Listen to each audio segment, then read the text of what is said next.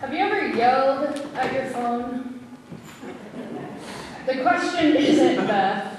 The question, Beth, is not, have you ever yelled at someone while on the phone? Have you ever yelled at your phone? I haven't had a landline since I was like 20, so I don't have one of those to hold up. But this thing right here. Have you ever been so frustrated that you look down at it and just unleash? For me, yelling at my phone usually comes after I've called some company with which I need to resolve something. I won't use the word hate because we're in church, but I particularly dislike calling my health insurance company. Show of hands if you love calling your health insurance company. No, I guess not. So the phone rings, and a computerized voice answers, and she seems real nice. And she proudly tells you, I can understand complete phrases, and she'd like to know why I'm calling. I try to get her out of the whole mess by pushing buttons, but it does nothing. And then I say, customer service. And she says, I'm sorry, I didn't understand that. And I go, customer service. Lynn's laughing because she knows I do. And the response this time is, I understand that you would like to speak to a person, but I need to know what it is that you need so I know how to transfer you. And for the next 10 minutes, I yell responses into my phone like an idiot, in various tones of voice, so this computer can understand me. And I think to myself, I'm from Central Indiana. I don't have much of a dialect. How does this computer understand people who live like in Boston and New York? How long does it take them? I think I've accomplished my first step in my goal when the computerized voice tells me that my call is being transferred to an actual human being. And I feel joy. 2 rings, and then I receive an automated message telling me no matter what time of day it is or day of the week, that the company has experienced larger than necessary usual call volume, whether it's 8 a.m. or 5 p.m. Somehow this company is always experiencing a larger than usual call volume. Please stay on the line and someone will assist you. So I listen to that terrible elevator music, unless you're on the phone with Apple, and then you get to pick whatever music you listen to. FYI. So for 20 minutes, I listened to this terrible elevator-like music and that repeating message that we all know so well. Please stay on the line and someone will assist you shortly. I get a new message after about 20 minutes of this loop. There's a short ring, and then it says, due to a large call volume, we're unable to take your call at this time. Please call back another time. Goodbye. The line disconnects. There's nothing that I can do except look at my phone and yell at it and cry out in frustration that not only have I spent all of this time waiting and waiting, but I didn't even reach a real person. I didn't even reach someone who said, well, I'll have to get back to you, or I'm not the person who needs to help you, so you'll need to call this. I didn't even reach a real person. My issue is still unresolved. My attempt is for nothing. And further frustrating, I'm going to have to call back again. And how many times will this play out? Hold on to that frustration that we all know so well, because it does have to do with Bartimaeus this morning. For the last few weeks, we've been making our way through chapter 10 of Mark. Last week, remember, we focused on the bold request of James and John. On the road to Jerusalem, Jesus takes his 12 disciples away from the crowd, and he foretells his death and his torture, his death, and his resurrection for the third time. And through all this heavy stuff, the response from James and John is, hey, we want to be on your right and left-hand sides. Because they're more focused on power and position than they are serving at that time. This morning's scripture tells us that they reach Jericho and that Jesus, the disciples, and a large crowd are leaving Jericho. They just leave out that whole thing about what went on before. And even though the city north of the Dead Sea plays a very minor role in the ministry of Jesus, it's still important in the history of Judaism. This is the same Jericho where we hear several times in the First Testament about important things happening. Jericho is where those 2 spies were saved from certain death from Rahab. Joshua's army laid siege to Jericho. We can all probably sing a song about it, but we won't. Jericho lay empty for about 4 centuries after its destruction by the Israelites. It saw a resurgence, however, and eventually Herod the Great built a winter capital nearby. And so Jericho has seen and is in the midst of the Roman Empire. Now, we're not told what Jesus is doing in Jericho, but we figure it's the norm. Teaching, preaching, healing. We assume that's what he's been doing there.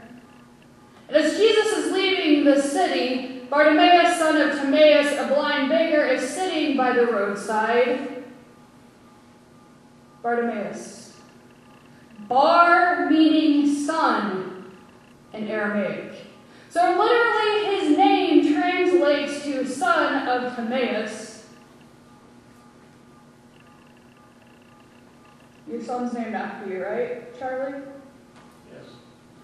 So, instead of putting a junior on your son's name, you would put Bar in front of it.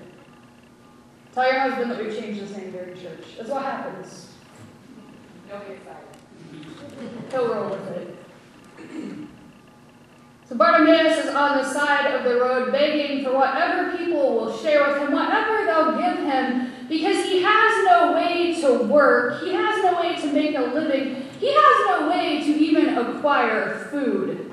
He has to rely on the generosity of those who pass by him day in and day out. We're told that he hears a commotion and hears that it's Jesus. Does he know what Jesus sounds like? Probably not. I agree with Sharon when she told the kids he probably heard either Jesus was coming or heard someone in the crowd shout, "This is Jesus of Nazareth." Bartimaeus begins to shout, "Jesus, son of David, have mercy on me."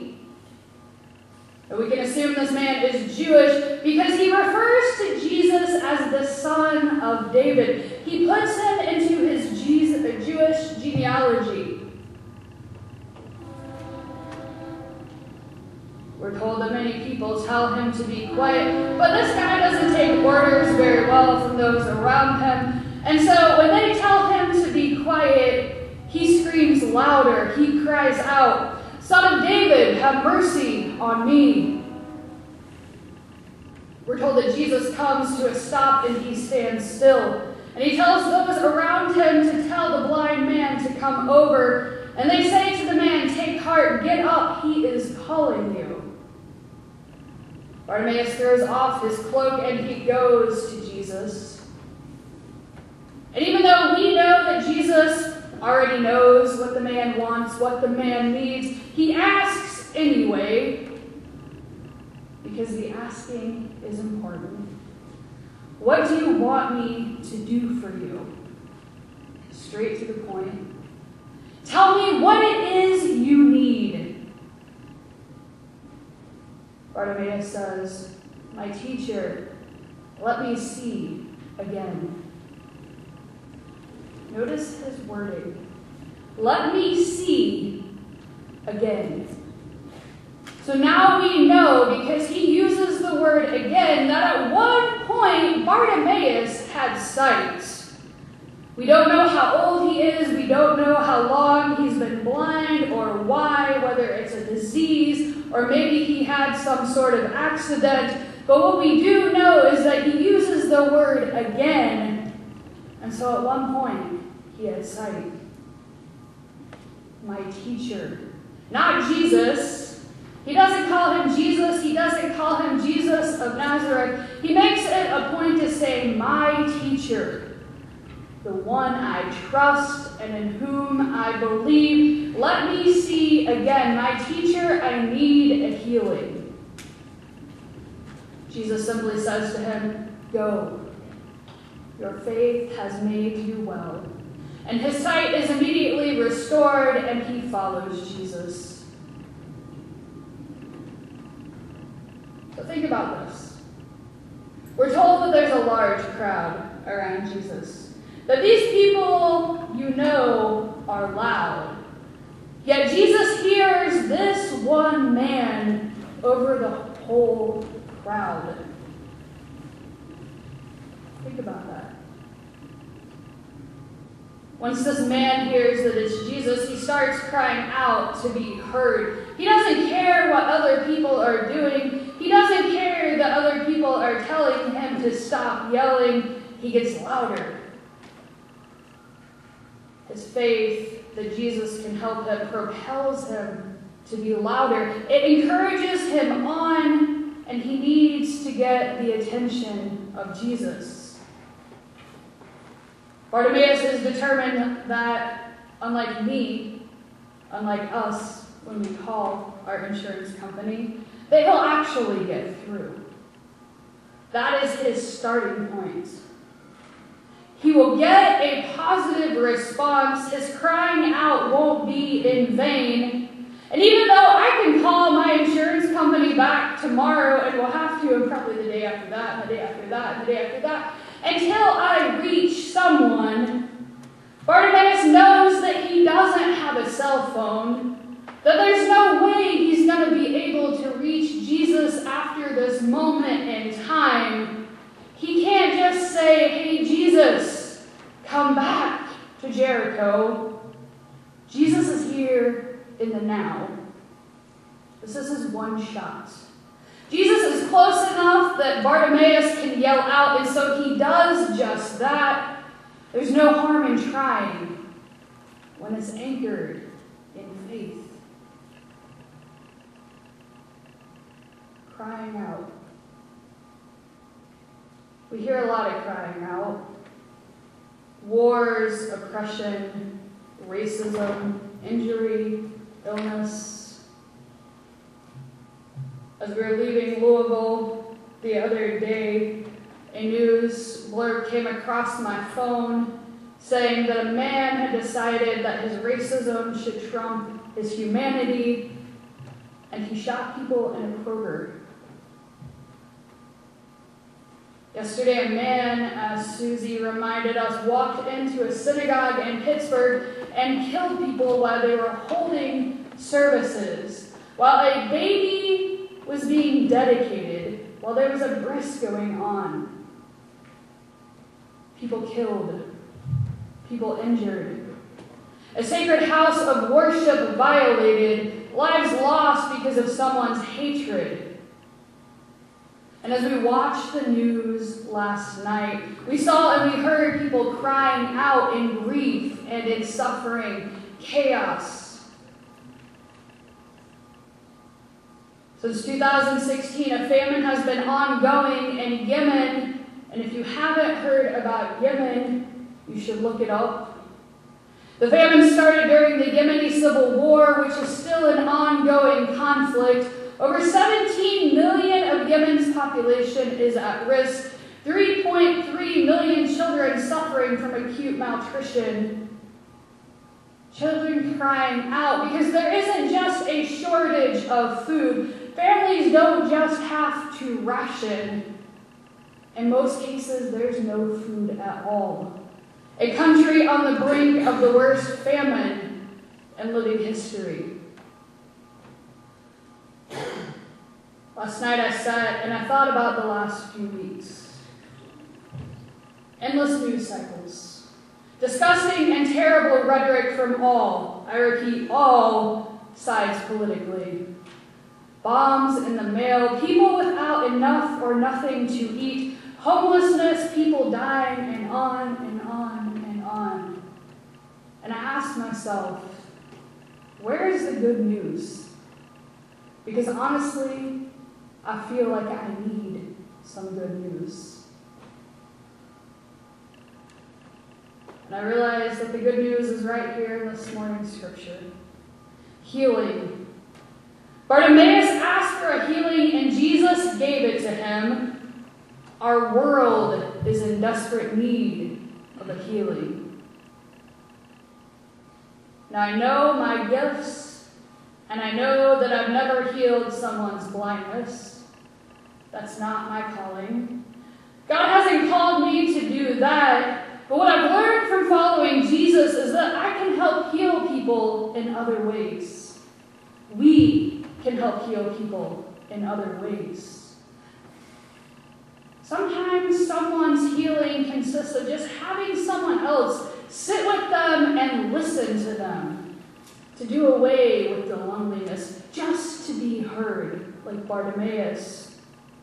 Spending time in fellowship, someone to care about them. We can and we do help feed people in various ways in this congregation. We can contribute financially to the church and other organizations that help people in our community, our state, our country, this world, in ways that we can't do personally. It's best that I don't get on a plane and go to Yemen because I have no business, but I can seek out organizations that are doing amazing work to try to help feed people. Spending our lives in service to God and helping others. Being in service to others, being in service to God and to others helps heal us, and it helps heal other people. Jesus taught the disciples and said, "Do as I do." If you don't get much of anything else from the Bible, that should be one of the highlights. Though you guys are very intelligent folks, so don't have to worry about that. But at the very base, we remember that Jesus told the disciples, "Do as I do." And Jesus tells us, "Do as I do." There's a lot of crying out in the world, and some of it comes from us. We know that.